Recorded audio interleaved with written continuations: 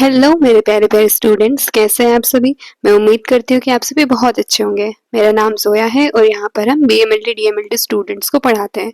तो हमने previous class में हमारी सेल मेम्ब्रेन को कंप्लीट कर लिया था, ठीक है। आज हम न्यूक्लियस को पढ़ेंगे, पूरे डिटेल में इसके स्ट्रक्चर को और इसके फंक्शन को पढ़ेंगे बेटा, ठीक है। ये न्यूक्लियस कहाँ प्रेजेंट होता है, न्यूक्लियस के काम क्या होते हैं, ठीक है। चलो हम डिटेल में इसको समझते हैं बेटा। सबसे पहले देखो, जो हमारा न्यूक्लियस होगा हम उसे कंट्रोल सेंटर ऑफ सेल कहते हैं, ठीक है।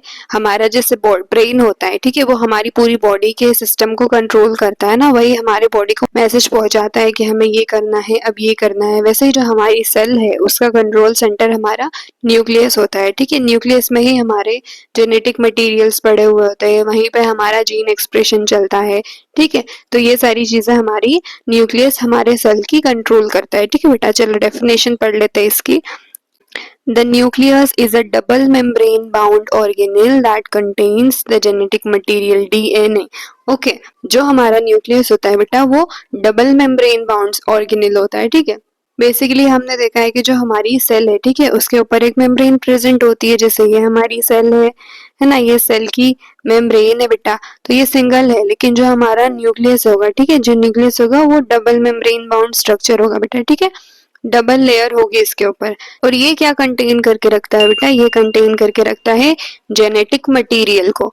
ओके देखो, genetic material DNA of the cell and controls all cellular activities such as growth, metabolism, protein synthesis and cell division. देखो बेटा, ये अपने अंदर जेनेटिक मटेरियल कंटेन करके रखता है, ठीक है, विच इज डीएनए, ठीक है। और क्या करता है, ये जो हमारी सेल होती है उसके ग्रोथ में, डेवलपमेंट में, ठीक है, मेटाबॉलिज्म में, है ना, प्रोटीन सिंथेसिस में, सेल डिवीजन में, न्यूक्लियस ही तो काम करता है ये सारे, है ना। सेल डिवीजन क्या कौन करता है, न्यूक्लियस करता है ना। न्यूक्लियस के अंदर ही क्रोमोसोम्स प्रेजेंट होते हैं, वो डिवाइड होते हैं, न्यूक्लियस डिवाइड होगा, फिर साइटोप्लाज्म डिवाइड होगा, ठीक है। तो ये सारी प्रोसेसेस, फिर मेटाबॉलिज्म प्रोसेसेस चलती है बेटा, इसमें ग्रोथ में होती है, ठीक है। प्रोटीन का सिंथेसिस हमारा न्यूक्लियस में ही होता है, ठीक है। न्यूक्लियस को हम क्या बोल सकते हैं, न्यूक्लियस को हम राइबोसोम की फैक्ट्री बोल सकते हैं, ठीक है। चलो स्ट्रक्चर देखो अब न्यूक्लियस का। Let us discuss about the structure of nucleus. तो देखो, जो हमारी न्यूक्लियस है, ठीक है, वो न्यूक्लियर एनवलप होती है हमारे न्यूक्लियस में बेटा। जो न्यूक्लियर एनवलप है ना, वो दो तरह की मेम्ब्रेन को कंटेन करती है, ठीक है। डबल मेम्ब्रेन होती है बेटा न्यूक्लियर मेम्ब्रेन, ठीक है। इसके ऊपर वाली जो मेम्ब्रेन होगी उसे हम आउटर मेम्ब्रेन कहेंगे, और जो अंदर वाली मेम्ब्रेन होगी उसे हम इनर मेम्ब्रेन कहेंगे, ठीक है। और इन दोनों आउटर और इनर मेम्ब्रेन से मिलके हमारा न्यूक्लियर एनवलप बनता है। ओके बेटा, चलो पढ़ते हैं इसे। देखो, nuclear envelope double membrane structure होता है बेटा, ठीक है। देखो, सबसे पहले आउटर मेम्ब्रेन रहेगी हमारी, continuous with rough endoplasmic reticulum and often has ribosome. जो हमारी आउटर मेम्ब्रेन होगी वो हमारे जो रफ एंडोप्लाज्मिक रेटिकुलम है उससे कंटिन्यू होगी, ठीक है। जैसे ये हमारा सेल हो गया। ओके, अब ये जो हमारी बाहर की लेयर है इसकी, ये देखो ऐसे रफ एंडोप्लाज्मिक रेटिकुलम से स्टार्ट हो जाएगी, ठीक है। तो बाहर की मेम्ब्रेन हमारी outer membrane rough endoplasmic reticulum से कंटिन्यूस होगी, और जो रफ एंडोप्लाज्मिक रहते हैं उस पे ऑब्वियसली ऐसे राइबोसोम प्रेजेंट होते हैं, ठीक है। और जो हमारी अंदर की मेम्ब्रेन होगी बेटा वो इनर मेम्ब्रेन होगी, ठीक है। Lined with nuclear lamina gives support. Nuclear lamina से लाइंड होती है बेटा ये, और ये जो इनर मेम्ब्रेन होती है बेटा ये बेसिकली हमारे न्यूक्लियस को सपोर्ट करती है, ठीक है। अब देखो, न्यूक्लियर पोर्स, जो हमारा बेसिकली जो न्यूक्लियर होता है, ठीक है, न्यूक्लियर एनवेलप होता है, उसके ऊपर छोटे छोटे पोर्स रहते हैं। पोर्स मतलब समझते हो ना, बारीक बारीक से छेद जैसे रहते हैं, ठीक है, जो कि अलाउ करते हैं कुछ चीजों को अपने अंदर आना, ठीक है, और बाहर जाना। जैसे आयंस हो गए, ठीक है, प्रोटीन्स हो गए, इन सारी चीजों, mRNA DRNA जो हमारे जीन एक्सप्रेशन होते हैं, ठीक है, उन सारी चीजों में जो ये पोर्स होते हैं ये काम आते हैं, ठीक है। चलो देखो पढ़ो। Allow exchange of molecules like mRNA tRNA proteins, ठीक है।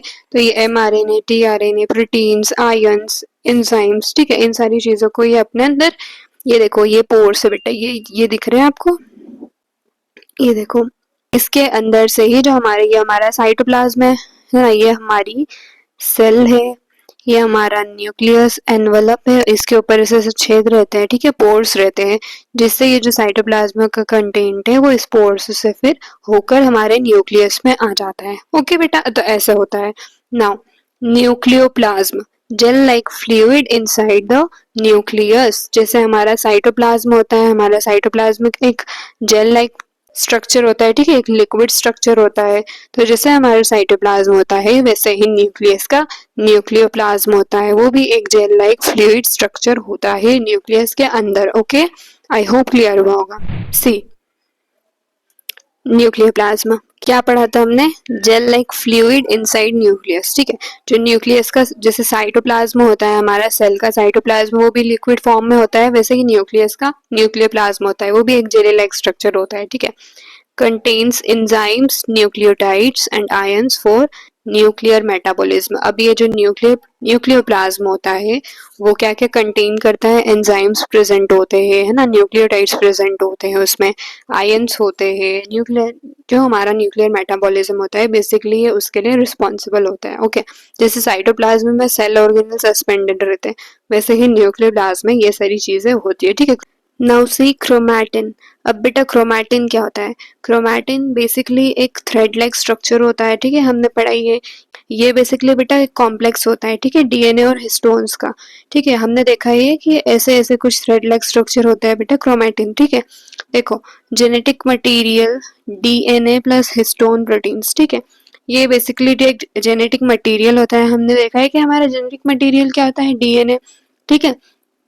तो ये हमारा जो क्रोमैटिन होता है ना बेटा, ये क्रोमैटिन कंटेन करके रखता है डीएनए प्लस हिस्टोन प्रोटीन्स, ठीक है। अब हिस्टोन प्रोटीन्स क्या होते हैं मैम?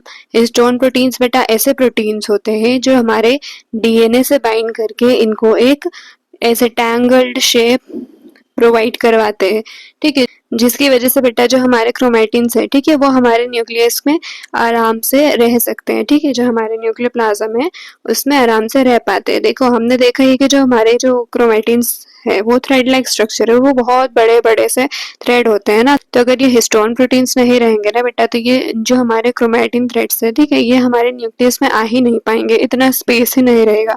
इसलिए ये जो हिस्टोन प्रोटीन्स होते हैं बेटा, ये हेल्प करवाते हैं इनको ऐसे ऐसे स्टैंगल्ड बनाने में, देखो ऐसे टेंगल बनाने में, ताकि ये आराम से न्यूक्लियस में रह सके, ठीक है। यही बेटा जो हिस्टोन प्रोटीन्स है ना, यही बाद में ये जो क्रोमैटिन्स होते हैं इनको क्रोमोसोम बनने में भी हेल्प करवाते हैं, ठीक है, कंडेंस करा के। देखो मैं आपको बता देती हूँ यहाँ पे हाईलाइट करके कि किस तरह से ये अटैच रहते हैं। देखो देखो बेटा, ये इस तरह से कहीं कहीं पे हिस्टोन प्रोटीन्स रहते हैं जो इनको हेल्प करवाते हैं, ठीक है, डीएनए से बाइंड होकर ये क्रोमैटिन को ऐसे टैंगल शेप दे देते हैं। ओके, चलो समझ में आया, आई होप क्लियर हुआ होगा आपको। अब देखो इसमें क्या आता है? यूक्रोमैटिन और हेट्रोक्रोमैटिन, ठीक है। यूक्रोमैटिन कैसे होते हैं बेटा? यूक्रोमैटिन लूजली पैक्ड होते हैं, ठीक है, देखो ऐसे ऐसे ऐसे लूजली पैक्ड होते हैं, ठीक है। और जो हमारे, ये हटा देती हूँ ताकि आपको क्लियर हो ठीक से।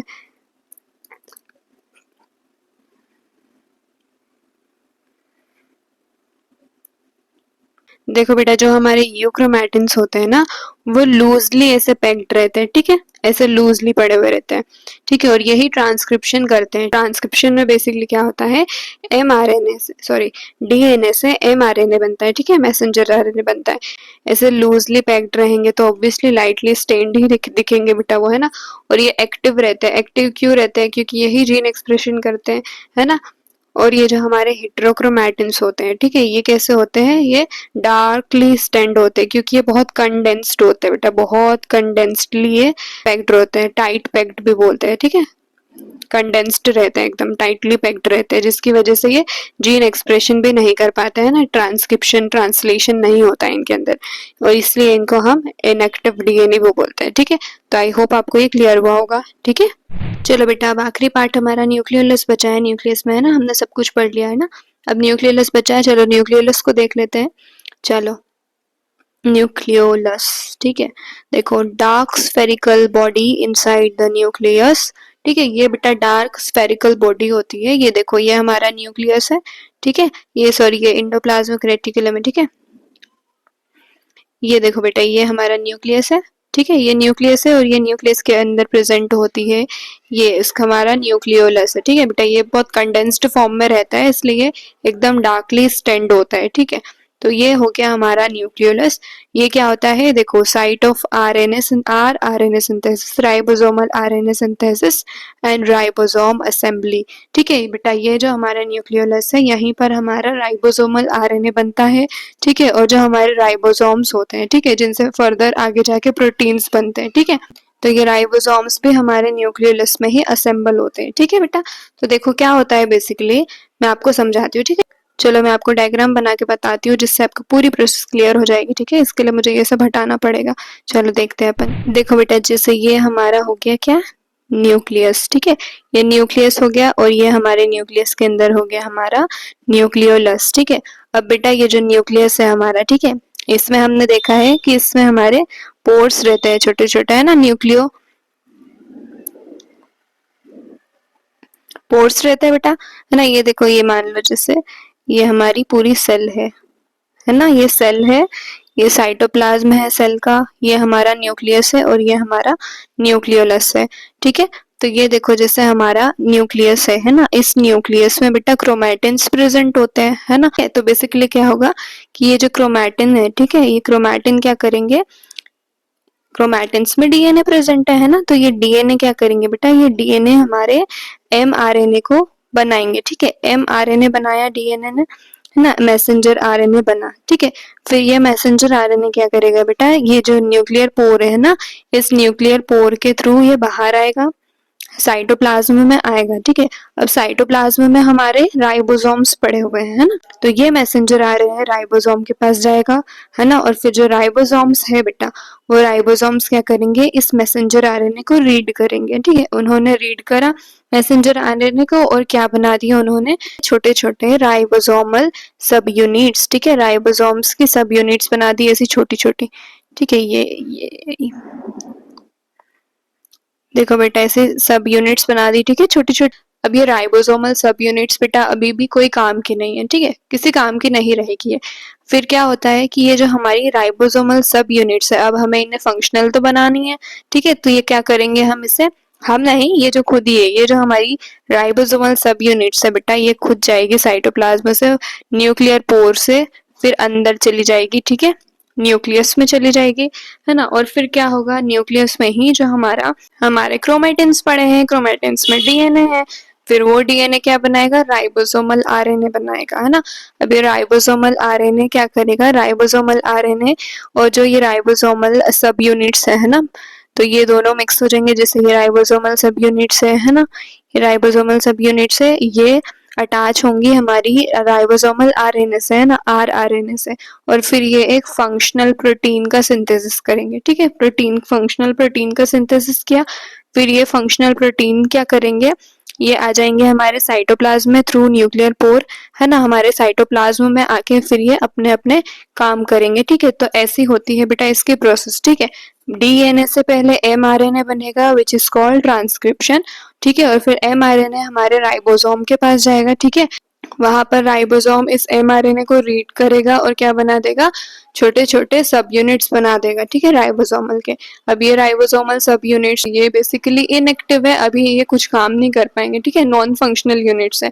फिर ये नॉन फंक्शनल यूनिट्स वापस न्यूक्लियर पोर के थ्रू न्यूक्लियस में चले जाएंगे। ठीक है, वहां पर ही जो हमारे क्रोमेटिन, जो हमारा डीएनए होगा, फिर वो राइबोसोमल आरएनए बनाएगा और वहां से ये जो राइबोसोमल आरएनए है वो, और जो हमारे प्रोटीन सब यूनिट्स है ना, राइबोसोमल सब यूनिट्स है, ये दोनों हमारे न्यूक्लियोलस में जाएंगे बेटा, और न्यूक्लियोलस में हमारा फिर हमें फंक्शनल प्रोटीन मिल जाएगा। ठीक है, फिर ये फंक्शनल प्रोटीन न्यूक्लियर पोर के थ्रू वापस साइटोप्लाज्म में जाएंगे और अपने फंक्शंस परफॉर्म करेंगे। ठीक है, तो बेटा ऐसी ये प्रोसेस होती है। आई होप आपको क्लियर हुआ होगा। ठीक है, चलो अब हम फंक्शंस देख लेते हैं। ठीक है, न्यूक्लियस के हमने ये तो देख लिया है ना बेटा प्रोटीन का, तो कि प्रोटीन्स कैसे बन रहे हैं। ठीक है, चलो देखो वो सारा कुछ हट गया, मैं फिर से कर देती हूँ। हमने न्यूक्लियोलस को देखा, ठीक है, फिर हमने देखा कि वो डार्क स्फेरिकल बॉडीज होती है। ठीक है, न्यूक्लियस के अंदर, और हमने देखा कि वहां पर ही जो आरएनए होता है उसका सिंथेसिस होती है और बहुत सारे राइबोसोम्स की असेंबली होती है। ठीक है, राइबोसोम्स वहां पे असेंबल्ड होते हैं। ठीक है, अब चलो फंक्शंस देखो। देखो, stores and transmit genetic information DNA. ठीक है बेटा, हमने देखा है कि जो हमारा न्यूक्लियस है उसी में हमारा जेनेटिक मटेरियल पड़ा रहता है विच इज डीएनए, और यही न्यूक्लियस के थ्रू ही हमारा जेनेटिक मटेरियल एक सेल से दूसरी सेल में ट्रांसफर होता है। ठीक है, यही रिस्पॉन्सिबल होता है, न्यूक्लियस ही रिस्पॉन्सिबल होता है हमारे जेनेटिक मटेरियल के ट्रांसमिशन का। ठीक है, देखो फिर आता है कंट्रोल्स प्रोटीन सिंथेसिस वया एमआरएनए। ठीक है, प्रोटीन को सिंथेसिस करता है एमआरएनए के थ्रू। हमने अभी इसकी तो पूरी प्रोसेस देख ही ली है, इसमें तो आपको कोई डाउट नहीं रहेगा। ठीक है, चलो, regulates cell growth, metabolism and differentiation. ठीक है बेटा, ये जो हमारा न्यूक्लियस है यही हमारी सेल ग्रोथ करता है ना, मेटाबॉलिज्म में भी ये हेल्प करवाता है और डिफरेंशिएशन में भी इसका रोल होता है। ठीक है, अब देखो controls cell division. Cell division भी हमने देखा कि हमारे न्यूक्लियस में होता है। ठीक है, सबसे पहले न्यूक्लियस ही डिवाइड होता है बेटा, उसमें जो क्रोमेटिन्स होंगे उनमें डिवीजन होता है ना, फिर हमारे सिस्टर क्रोमेटिन्स बनेगी और जो भी चीजें हमारी जो माइटोसिस मियोसिस होगी उसमें हम लोग देखेंगे। ठीक है, पढ़ेंगे। तो हमारा न्यूक्लियस सेल डिवीजन भी कंट्रोल करता है। ठीक है, फिर देखो न्यूक्लियोलस प्रोड्यूसेस राइबोसोमल सब यूनिट्स। अब देखो हमने ये भी देख लिया कि ये राइबोसोमल सब यूनिट्स प्रोड्यूस करता है। ठीक है, हमने अभी डायग्राम समझा, उसमें हमने सब कुछ चीजें समझ ली है। ठीक है बेटा, देखो जो राइबोसोमल सब यूनिट्स बनाते हैं ना, जो राइबोसोम्स हमारा, जब हमारा राइबोसोम्स एमआरएनए को रीड करता है तो वो राइबोसोमल सब यूनिट्स ही बनाता है। वो सब यूनिट्स ना बेसिकली लार्ज सब यूनिट्स भी होती है और स्मॉलर सब यूनिट्स भी होती है। ठीक है, ऐसी होती है। देखो बेटा, ये जैसे लार्ज सब यूनिट्स है ना, ये स्मॉल सब यूनिट्स है, मैंने बनाई है, बट मैंने ये बोलना भूल गई थी कि लार्ज सब यूनिट्स, स्मॉल सब यूनिट्स। ठीक है, तो ऐसे सब यूनिट्स होती है बेटा राइबोसोमल सब यूनिट्स, बट ये फंक्शनल नहीं होती। ठीक है, तो फिर ये वापस जाती है न्यूक्लियर पोर के थ्रू न्यूक्लियस में, और वहां पर फिर वापस डीएनए से हमारा राइबोसोमल आरएनए बनता है। ठीक है, और फिर ये बेटा जो हमारे राइबोसोमल आरएनए है और ये जो हमारा राइबोसोमल सब यूनिट्स है ना, जो नॉन फंक्शनल सब यूनिट्स है, ये हमारे न्यूक्लियोलस में जाएगी और वहां पर जाके ये दोनों अटैच होके फिर हमारी बनाएगी फंक्शनल राइबोसोमल सब यूनिट्स। ठीक है, वहीं पे इनका सिंथेसिस होगा और फिर ये हमारे न्यूक्लियर पोर से वापस साइटोप्लाज्म में जाके प्रोटीन का सिंथेसिस करेगी, जो कि क्या होगा, जो कि होगा हमारा फंक्शनल प्रोटीन। ठीक है, आई होप बेटा आपको क्लियर हुआ होगा ये सारी चीजें न्यूक्लियस के बारे में भी। ठीक है, तो आज की हमारी क्लास यहीं पर हम न्यूक्लियस की खत्म करते हैं। वैसे तो मैंने सोचा था कि मैं एंडोप्लाज्मिक रेटिकुलम और गोल्गी बॉडी भी आज ही कंप्लीट करवा दूंगी, लेकिन न्यूक्लियस का ही इतना बड़ा लेक्चर हो गया है कि फिर वीडियो बहुत ज्यादा बड़ी हो जाती, इसलिए हम आज सिर्फ न्यूक्लियस पढ़ लेते हैं बेटा। अब नेक्स्ट क्लास में हम एंडोप्लाज्मिक रेटिकुलम और गोल्गी अपैरेटस एक साथ कवर कर लेंगे। ठीक है, तो चलो अब हम नेक्स्ट क्लास में मिलते हैं बेटा। अगर आपको कोई भी डाउट रहा हो आज की क्लास में तो आप मुझे कमेंट करके पूछ लेना। ठीक है, और वीडियो अगर अच्छी लगी हो आपको तो लाइक करना, शेयर करना, कमेंट करना और सब्सक्राइब करना बिल्कुल मत भूलिएगा, और बेल आइकन को भी हिट कर दीजिएगा ताकि आपको नए वीडियोस के अपडेट्स मिलते रहे। ठीक है, चलो बाय बाय।